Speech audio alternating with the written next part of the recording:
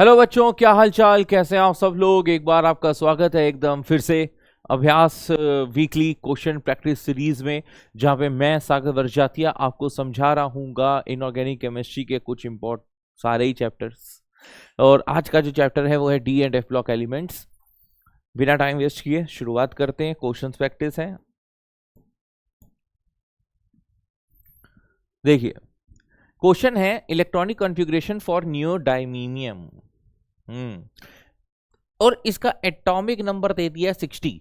ऐसे अगर नहीं भी हो तो वो कभी कभार होता है कि नहीं भी देगा, उसकी मर्जी है। तो most of the time we have observed, चाहे नीट का पेपर हो चाहे जेई का पेपर हो, एटॉमिक नंबर दे दिया जाता है। लेकिन हाँ, कुछ टाइम ऐसा भी रहता है एटॉमिक नंबर नहीं दिया रहता है। तो ये बात तो मानकर चलो कि आपको पीरियड जितने भी एलिमेंट्स हैं पीरियोडिक टेबल बहुत अच्छे से याद होना चाहिए। एटॉमिक नंबर्स के साथ जितने मैक्सिमम याद हो जाए उसकी ट्रिक भी होती है, आप लोगों ने पढ़ी होगी। अब हमें मालूम है कि यार ये एटॉमिक नंबर 58 से लेकर 71 तक लेंथेनॉइड्स होते हैं। और अगर ये एटॉमिक नंबर 60 है यानी कि लेंथेनॉइड्स के अंतर्गत आ रहा है। अगर ये लेंथेनॉइड्स के अंतर्गत आ रहा है तो लेंथेनॉइड्स की जो जनरल इलेक्ट्रॉनिक कॉन्फ़िगरेशन होती है वो होती है Xe4F5D6S। अब Xe के पास होते हैं टोटल 54 इलेक्ट्रॉन्स। यहां पर 6s में तो जाना ही जाना है 2 इलेक्ट्रॉन, कंपलसरी है। तो 54 + 2 56 बचे 4 इलेक्ट्रॉन। तो ये डी में नहीं जाते हैं, ये कहां जाते हैं, एफ में। तो ये रही इसकी इलेक्ट्रॉनिक कॉन्फ़िगरेशन। ठीक है, तो करेक्ट आंसर है A. Next, choose the correct option having all the elements with D10 electronic configuration from the following. आपको सिर्फ D10 पे फोकस करना है। किस पे D10 इलेक्ट्रॉनिक कॉन्फ़िगरेशन है, 2024 का क्वेश्चन है। तो देखो, मैं बच्चों को हमेशा कहता हूं कि यार 3D सीरीज तो बहुत इंपॉर्टेंट है। 3D सीरीज अगर याद है तो उससे नीचे वाले सारे एलिमेंट्स की भी सीरीज तुम्हें आराम से याद हो जाएगी, या इलेक्ट्रॉनिक कॉन्फ़िगरेशन आराम से तुम्हारे को याद हो जाएगी। तो यहां पर देखो, कोबाल्ट ये 3D7,4s2 है, ये 3D8,4s2 है, ये 3D6,4s2 है, और ये 3D5,4s1 है। तो यार ये तो नहीं है, इसमें कहीं पे भी D10 है ही नहीं। यहां पर बात करते हैं तो 3D10,4s1 हो गया, ये 3D10,4s2 हो गया। Zn के नीचे ही CD होता है जो कि नॉन ट्रांजिशन एलिमेंट्स के अंतर्गत आता है, ZnCdHg। तो ये 4D10 होता है। और Cu के नीचे Ag होता है, और है ना, फिर Ag के नीचे Au होता है। तो ये तुम्हारा 4D10,5s1 है। ये सारे ऐसे एलिमेंट्स हैं जिनमें D10 है, तो करेक्ट आंसर बी होगा।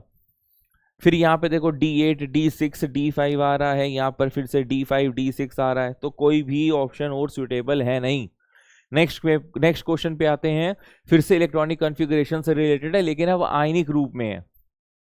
आयनिक रूप में तो आयंस में कैसे करते हैं, 2 इलेक्ट्रॉन को लूज करना होता है। कहां से, उसके आउटर मोस्ट शेल में। आउटर मोस्ट शेल में 3D और 4s में कौन सा होता है, 4s होता है। ठीक है, तो यहां पर chromium 24,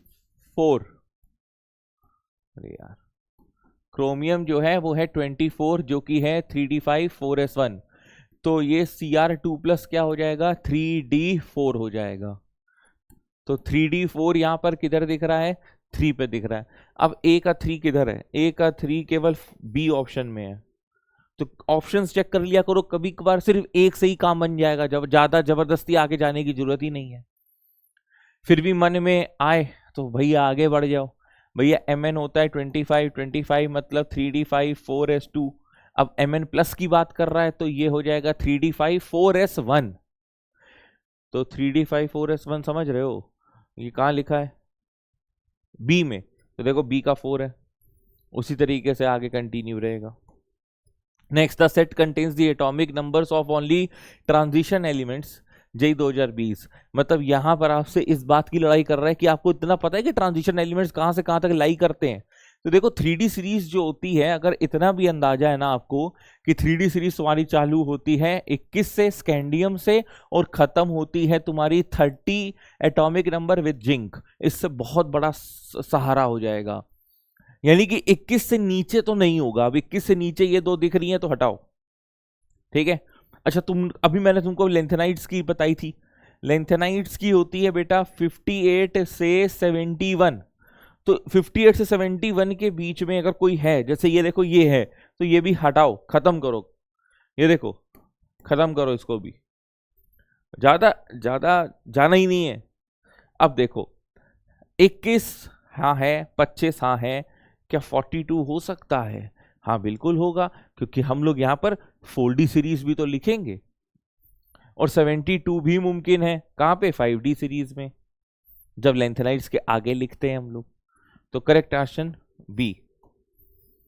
the correct decreasing order of spin only magnetic moment. अब स्पिन ओनली मैग्नेटिक मोमेंट जो होता है वो निकाला जाता है mu equal to √n+2 Bohr magneton, जहां पे n का मतलब होता है नंबर ऑफ अनपेयर्ड इलेक्ट्रॉन्स।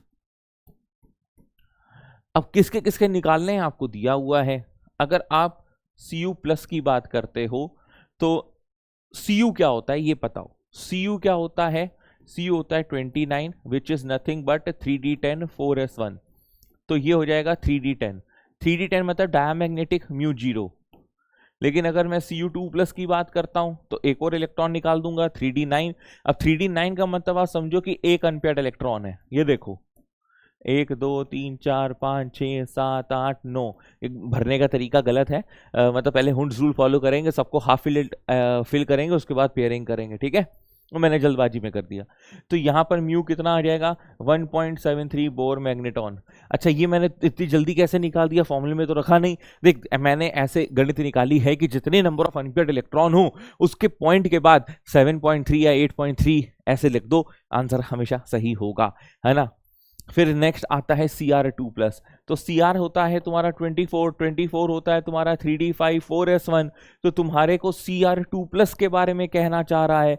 तो 2+ का मतलब 2 इलेक्ट्रॉन निकालो तो 3d4 हुआ। अब 3d4 का मतलब समझो ना तुम, 3d4 का मतलब है 1 2 3 4, यानी कि यहां पर म्यू आना चाहिए 4.73 बोर मैग्नेटॉन, काफी अच्छा खासा है। और Cr3+ का मतलब हो गया एक इलेक्ट्रॉन और निकल गया तो 3d3, तो ये 3.78 बोर मैग्नेटॉन, ऐसे करके आएगा कुछ।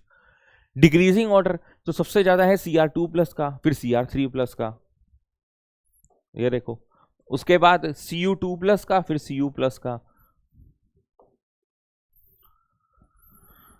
तो देखो जेई 2025 का सवाल है और नीट में भी इस तरह से सवाल पूछे जा सकते हैं, क्योंकि ऐसा कहीं भेदभाव नहीं रखा गया है कि यार ये जेई का है तो नीट में नहीं पूछेंगे, क्योंकि काफी बच्चों की ये मानसिकता रहती है। इस मानसिकता को हटा दो, ठीक है।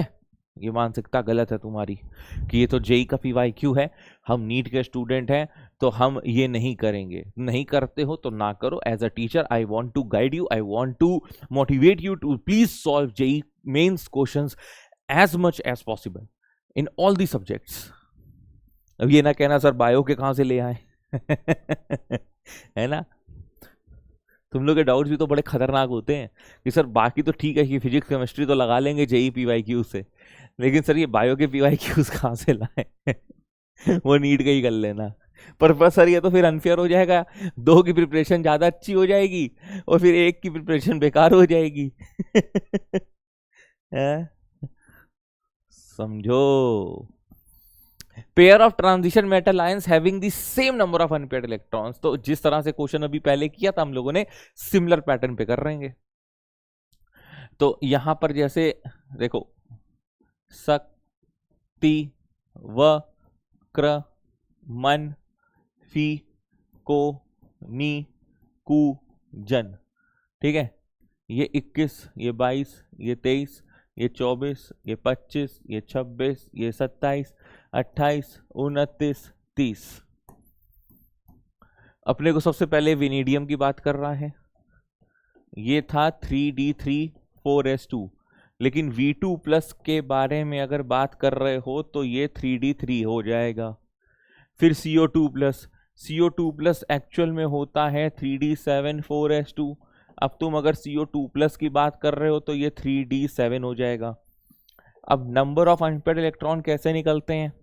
तो भाई 1 2 3, यहाँ पे 3 है, और 3d7 में कितने होंगे?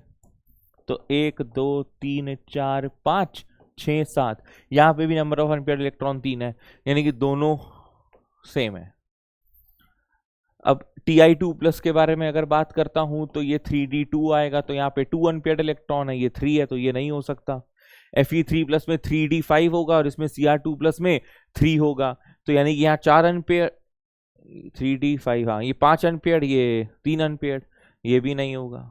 यहाँ पे 5 अनपेयर्ड है, यहाँ पे तो 3d3 है भाई, यहाँ पे 2 अनपेयर्ड होगा, फिर से ये 1 अनपेयर्ड होगा, 1 1 1, तो सिर्फ पहला ऑप्शन ही सही था। नेक्स्ट क्वेश्चन फिर से 25 का है, the incorrect relationship in the following pairs in the relation to the ionization enthalpy. What is ionization enthalpy? The minimum amount of energy which is required by the atom to remove its outer most electron from the isolated gaseous atom so as to convert into cation which is also in the gaseous state. यानी कि आसान भाषा में आप एक atom को energy देते हैं ताकि उसकी जो आउटर मोस्ट शेल में जो इलेक्ट्रॉन बैठा है उसको निकाल सकें। तो एनर्जी क्यों लगती है? क्योंकि न्यूक्लियस उसको पकड़ा हुआ है, electrostatic force of attraction between the positive charge nucleus and the negative charge electron. So आपको निकालने में शक्ति चाहिए, that is the ionisation enthalpy. Now what happened is कि जब आप एक इलेक्ट्रॉन निकालते हैं तो वो कैटायन में कन्वर्ट होता है। अब कैटायन में कन्वर्ट होता है तो उसका Z इफेक्टिव इंक्रीज होता है, एटॉमिक साइज डिक्रीज हो जाता है। So now if you have to remove the second electron from the same atom you have to apply more energy. जैसे इसको बोलते हैं सक्सेसिव आयनाइजेशन एंथैल्पी, कि जैसे एक बार आप Mg है, जैसे आप Mg का आउटर मोस्ट शेल में 2 इलेक्ट्रॉन है, ठीक है, तो Mg के पहले इलेक्ट्रॉन को निकालने के लिए मान लो अगर 700 किलो जूल पर मोल लग रही है, तो दूसरे इलेक्ट्रॉन को निकालने के लिए हो सकता है फिर 1000 1200 ऐसी जरूरत पड़े। हमेशा सेकंड मतलब third ionization enthalpy is greater than second is greater than first, ये आपने सुना होगा। इसके अनुसार अगर मैं देखूं तो ये ऑप्शन बिल्कुल सही है, ये ऑप्शन बिल्कुल सही है, क्योंकि ये दोनों सेम एलिमेंट्स को एटम्स को लेकर बेसिस है। अब Mn+ और Cr+ पे बात करते हैं। तो देखो शक्ति व क्रमण, यहां से यहां जाने पे IE क्या होती है? बढ़ती है। लेकिन क्या Cr+ की ज्यादा होगी? ये डिपेंड करेगा इलेक्ट्रॉनिक कॉन्फ़िगरेशन पे। तो इलेक्ट्रॉनिक कॉन्फ़िगरेशन जरा इसकी लिख कर देखना बेटा। इसकी होती है 3d5 4s1 और इसकी होती है 3d5 4s2। इसमें से अगर तुमने एक इलेक्ट्रॉन निकाला तो ये तो पूरा हाफ फील्ड बन जाएगा, और अगर इसमें से एक इलेक्ट्रॉन निकाला तो बेटा ये 3d5 के बाद 4s1 अभी भी बचा है। तो यहाँ पे पेनिट्रेशन इफेक्ट भी लग रहा है कि यहाँ पे आपको इलेक्ट्रॉन 3d से निकालना हो, यहाँ पे 4s से निकालना है। तो बट ऑब्वियस की बात है ये बिल्कुल सही ऑप्शन है, तो गलत क्या होगा ये। अब ये क्यों गलत होगा आइए इस पे चर्चा कर लेते हैं। अगर मान लो मैं Mn2+ लिखता हूं यहाँ पे, तो Mn2+ यहाँ पर हो जाता है 3d5, और अगर मैं बात करता हूं Fe की तो Fe होता है 3d6 4s2, और Fe2+ क्या होता है 3d6। तो बताओ बेटा हाफ फील्ड ये ज्यादा स्टेबल होता है, यानी कि Mn2+ की ज्यादा होनी चाहिए थी, लेकिन ये तो Fe2+ की कह रहा है, यानी कि ये गलत है। जो कि गलत है वही सही है। अरे जो गलत है वही सही है।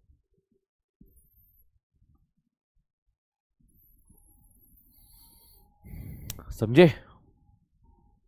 Next, the metal ions that have the calculated spin only magnetic moment value of 4.9 Bohr magneton. अच्छा 4.9, तो 4.9 का मतलब है पॉइंट से पहले जितना नंबर लिखा है उतने अनपेयर्ड इलेक्ट्रॉन है, यानी कि इसका मतलब है 4 अनपेयर्ड इलेक्ट्रॉन होंगे यहां पे। तो 4 अनपेयर्ड इलेक्ट्रॉन कहां है जरा देख लो यार। तो Cr का मतलब होता है 3d5 4s1, तो ये हो जाएगा 3d4। 3d4 मतलब 4 अनपेयर्ड इलेक्ट्रॉन, UP मतलब अनपेयर्ड, ठीक है। Fe3+ का मतलब देखो Fe होता है 3d6 4s2, तो 3 इलेक्ट्रॉन निकलेंगे तो क्या बचेगा 3d5, यानी कि 5 अनपेयर्ड इलेक्ट्रॉन। Mn3+ होता है तुम्हारा 3d5 4s2 Mn होता है, तो जब तुम 3 इलेक्ट्रॉन निकाल दोगे तो ये बचेगा 3d4, यानी कि 4 unpaired electron. 3d6 4s2 3d6 है, यानी कि 4 अनपेयर्ड इलेक्ट्रॉन। अरे 6 का मतलब समझो ना यार, 1 2 3 4 5 6 4 अनपेयर्ड। 3d7 4s2 2 निकल गए, 3d7 बचा। 3d7 का मतलब हो गया 3 अनपेयर्ड इलेक्ट्रॉन। तो B A B correct answer D. Next, CrO3 is a stronger oxidizing agent than MO3। हाँ ये देख पूरी की पूरी ये बात सेम NCERT के टेक्स्ट बुक में लिखी है कि CrO3 में जो Cr+6 है वो इजीली रिड्यूस्ड हो जाता है, रिडक्शन दिखलाता है टू Cr3+, यानी कि स्ट्रॉन्गर ऑक्सीडाइजिंग एजेंट है। इसका प्रूफ NCERT में लिखा है।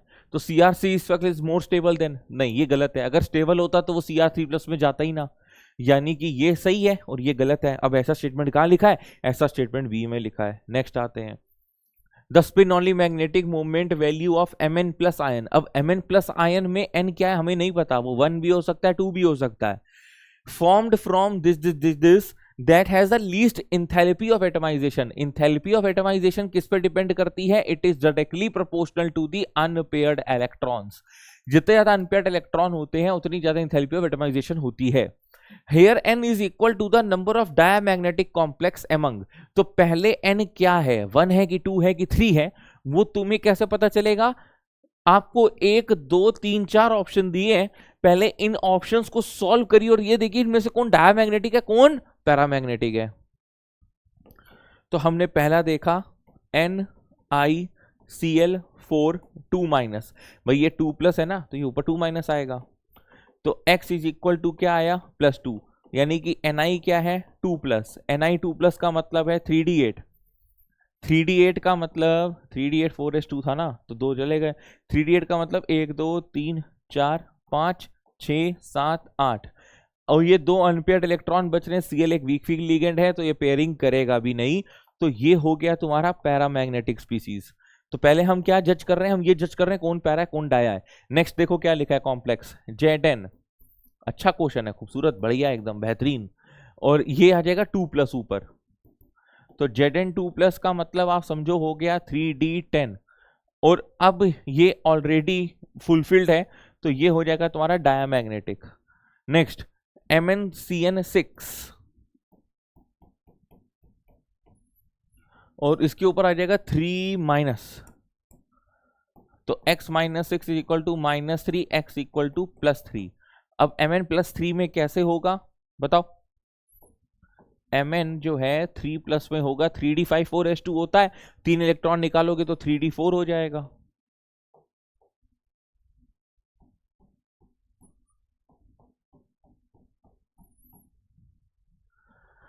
Cn स्ट्रॉन्ग फील्ड लिगेंड है, स्ट्रॉन्ग फील्ड लिगेंड होने के तहत ये इसको पेयरिंग तो करवा देगा, लेकिन उसके बावजूद ये 2 अनपेयर्ड इलेक्ट्रॉन बचेंगे, जिसकी वजह से मैं इसको पैरामैग्नेटिक घोषित करूंगा। नेक्स्ट है Cu। ये क्या है? ये होता है ट्राई मिथाइल फॉस्फीन, ठीक है, ट्राई मिथाइल फॉस्फीन, ठीक है। अब यहां पर अगर हम इसकी ऑक्सीडेशन स्टेट देखते हैं तो बेटा ये होता है 0 और ये होता है -1 is equal to 0, x equal to +1।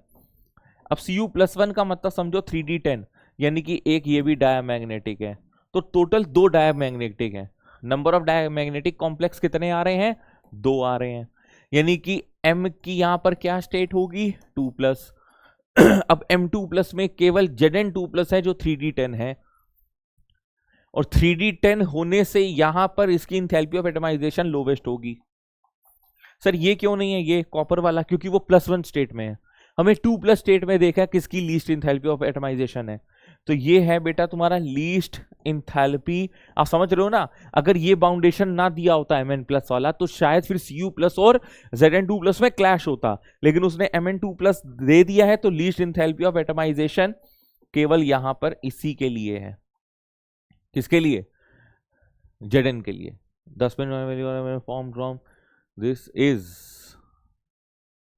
तो किसके लिए? Zn2+ के लिए केवल और केवल। अच्छा इंटीजर बेस्ड क्वेश्चन है, तो कितने के लिए है? केवल एक जिंक के लिए है, तो आंसर 1।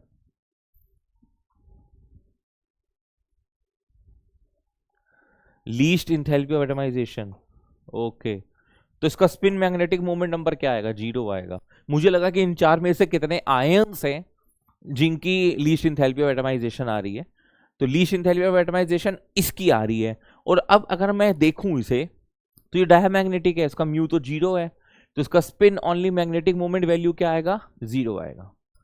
इतना समझ में आ गया सबको? अच्छा क्वेश्चन था, टाइम टेकिंग था और 2025 में बढ़िया तहलका मचाया था। अब बच्चों नेक्स्ट क्वेश्चन में देखते हैं क्या है। Consider n is the number of lone pair of electrons present in the equatorial position of the most stable structure of ClF3। इसकी एक एक बात पे दम है। ClF3 का मोस्ट स्टेबल स्ट्रक्चर, यानी कि वो पहले बेंड्स रूल पे फोकस करना चाह रही है, क्योंकि बेंड्स रूल में ही ये होता है कि आपका जो लोन पेयर होता है वो इक्वेटोरियल पोजीशन पे होता है इन द टीबीपी ज्योमेट्री। और ये क्वेश्चन जेई ने 2024 में भी पूछा था और उसमें मोस्ट स्टेबल स्ट्रक्चर पूछा था। तो नंबर ऑफ लोन पेयर्स कितने हैं? 2 है। The ions from the following with 2 number of unpaired electrons are. तो ये n की वैल्यू क्या है? 2। बस इतना बताना था। तो शक्ति वो होता है 23 होता है 3d3 4s2 और v3 प्लस का मतलब हो गया 3d2। तो ए तो है, ठीक है, बाकी ये दोनों नहीं होंगे। आप ट्राई कर लो, जैसे कर ही देते हैं। शक्ति होता है तो ये 22 है, ये 3d2 4s2 है, तो Ti3 प्लस में अभी भी करके दिखाया था, ये 3d1 बचा, यानी कि 1 अनपेयर्ड इलेक्ट्रॉन है। इसमें भी 1 अनपेयर्ड इलेक्ट्रॉन है क्योंकि ये 3d9 बनेगा। Ni2 प्लस में 3d8 बनेगा, तो ये भी 2 अनपेयर्ड इलेक्ट्रॉन है, ये भी सही है। Ti2 प्लस में फिर से 2 अनपेयर्ड इलेक्ट्रॉन बनेंगे, तो AD सही आंसर है। Next, which of the following statements are correct about ZnCdHg। तो ZnCdHg जो होते हैं ये सब लास्ट ग्रुप में होते हैं और ये नॉन ट्रांजिशनल एलिमेंट्स होते हैं और इनके सब के आउटर मोस्ट में आपका D10 होता है। चलिए आइए देखते हैं। They exhibit the high enthalpy of atomization. गलत कह रहे हैं, हाई नहीं बल्कि एकदम लोवेस्ट इंथैल्पी ऑफ एटमाइजेशन इन्हीं सब की होती है। पूछो क्यों? और इतनी लोवेस्ट होती है कि डाउन द ग्रुप जाते जाते उनकी इतनी लोवेस्ट हो जाती है कि ये Hg जो होता है तुम्हारा लिक्विड स्टेट में होता है। They are very soft metals. देखो इंथैल्पी ऑफ एटमाइजेशन के लिए अनपेयर्ड इलेक्ट्रॉन होना चाहिए, अब जब है ही नहीं तो फिर कहां से होगा? तो पहला स्टेटमेंट गलत है। दूसरा, ZnCd do not show variable oxidation state while Hg shows +1 +2। हाँ ये सही है, मर्क्यूरस एंड मर्क्यूरिक होती है। बाकी ये Zn2+ और Cg2+ होते हैं, ये ठीक है। Compounds of ZnCdHg are paramagnetic in nature. कतई नहीं, डायामैग्नेटिक होते हैं, गलत है। ZnCgHg are soft metals. हाँ ये बात सच है, क्योंकि जब एंथैल्पी ऑफ एटमाइजेशन ही नहीं है, जब मेल्टिंग बॉइलिंग पॉइंट ही अच्छा नहीं है, जब अनपेयर्ड इलेक्ट्रॉन ही नहीं है, तो तुम सॉफ्ट मेटल कहने वाले ही लायक हो, यानी कि BD ओनली सही है। नेक्स्ट, इसमें असर्शन रीजन बताना है। कह रहे हैं Cr2+ इज रिड्यूसिंग। तो बेटा पहले तो क्या है कि Cr के पास जाओ, Cr की इलेक्ट्रॉनिक कॉन्फ़िगरेशन लिखो, 3d5 4s1 आया। अब तुम Cr2+ लिखो, ये आया तुम्हारा 3d4। अब रिड्यूसिंग का मतलब क्या कह रहा है? रिड्यूसिंग का मतलब बेटा क्या होता है? मतलब ऑक्सीडेशन होना। ऑक्सीडेशन मतलब loss of electron. Loss of electron मतलब ये एक इलेक्ट्रॉन लूज करना चाहता है, 3d3 में कन्वर्ट होना चाहता है। बिल्कुल, क्यों? क्योंकि T2G3 according to CFT most stable है।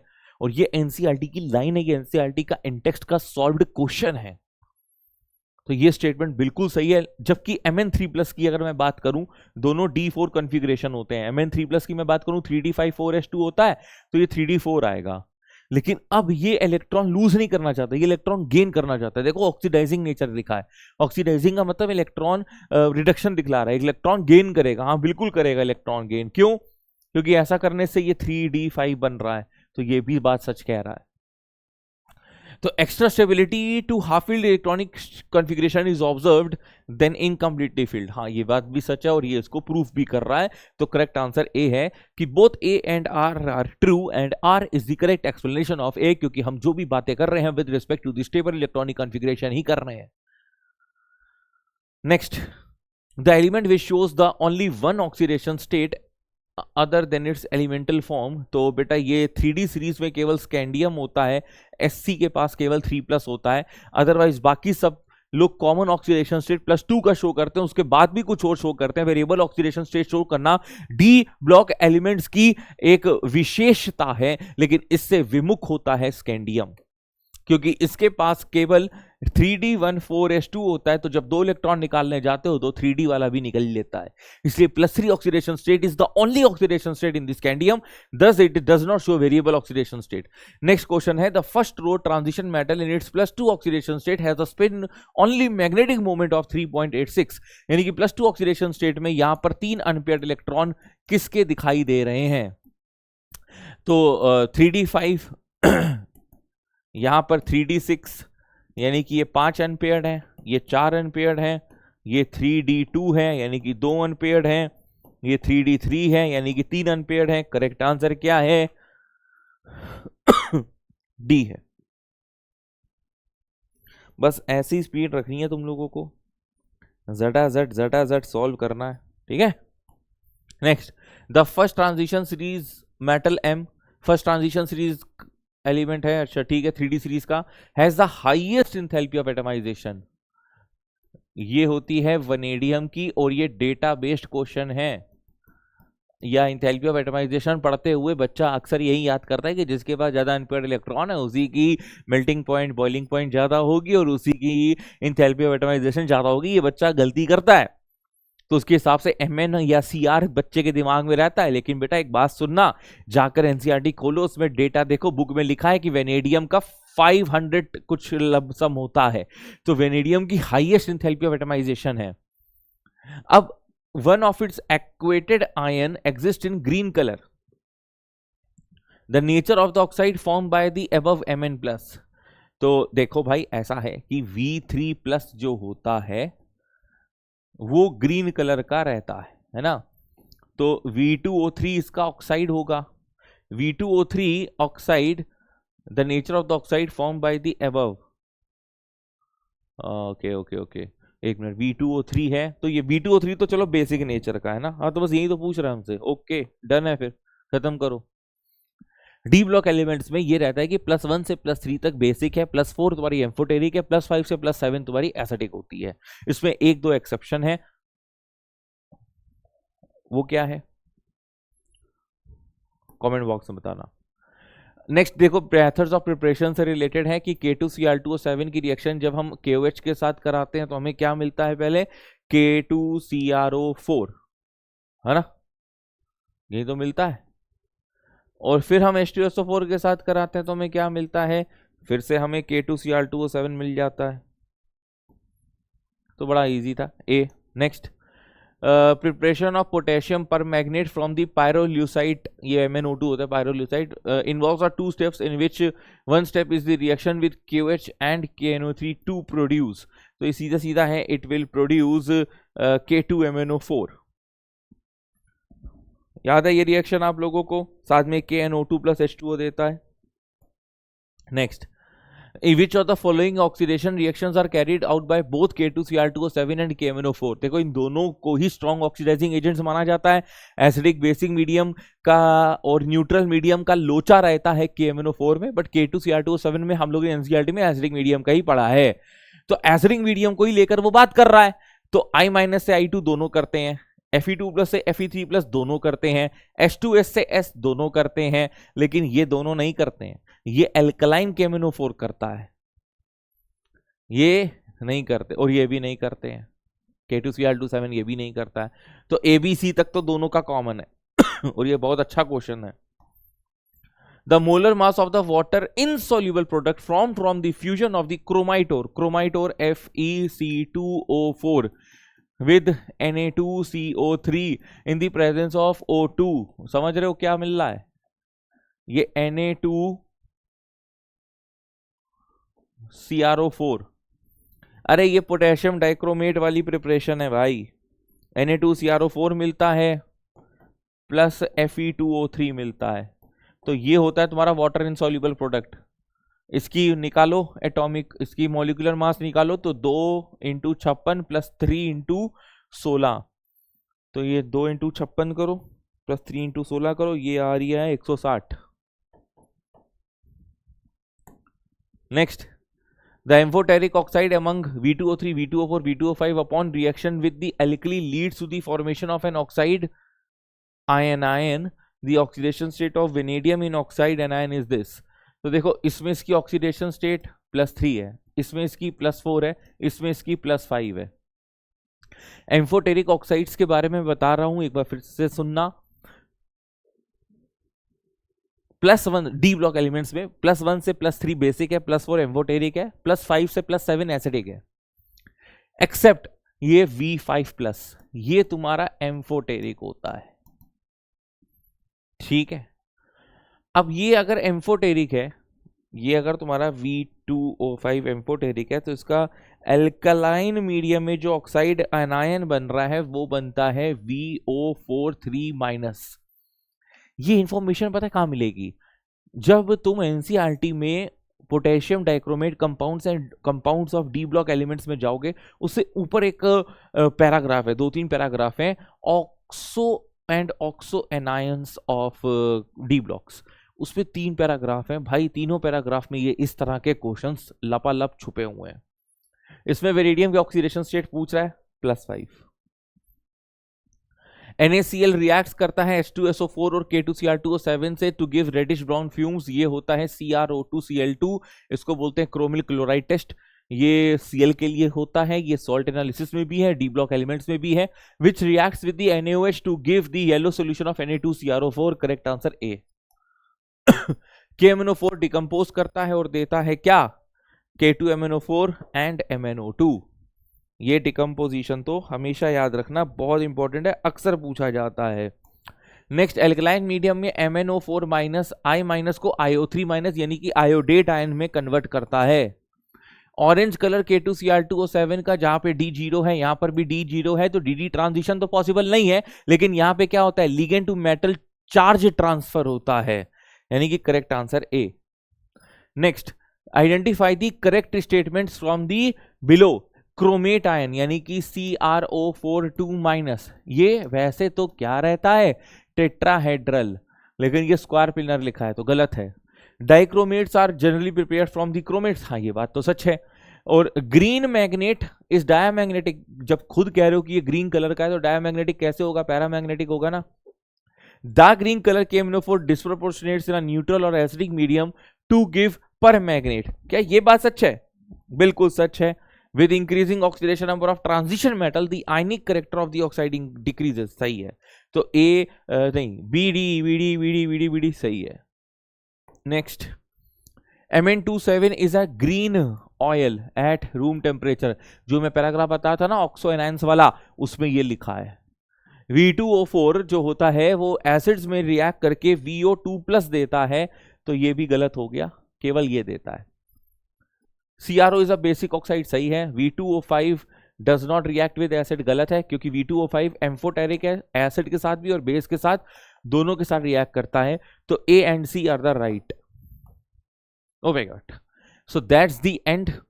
आप इसको अच्छे से देखिए, समझिए, पढ़िए और जानिए कि आप कहां क्या मिस्टेक करते हैं, कैसे क्वेश्चंस पे एनालिसिस करनी है, कैसे क्वेश्चंस पे तिगड़म लगानी है, और कुछ नहीं करना है। स्टिक टू एनसीईआरटी बेसिक्स चीजें, और एनसीईआरटी की डी एंड एफ ब्लॉक की लाइन बाय लाइन रीडिंग कर लेना बहुत जरूरी है, क्योंकि इसकी एक एक लाइन पे क्वेश्चन बन सकता है।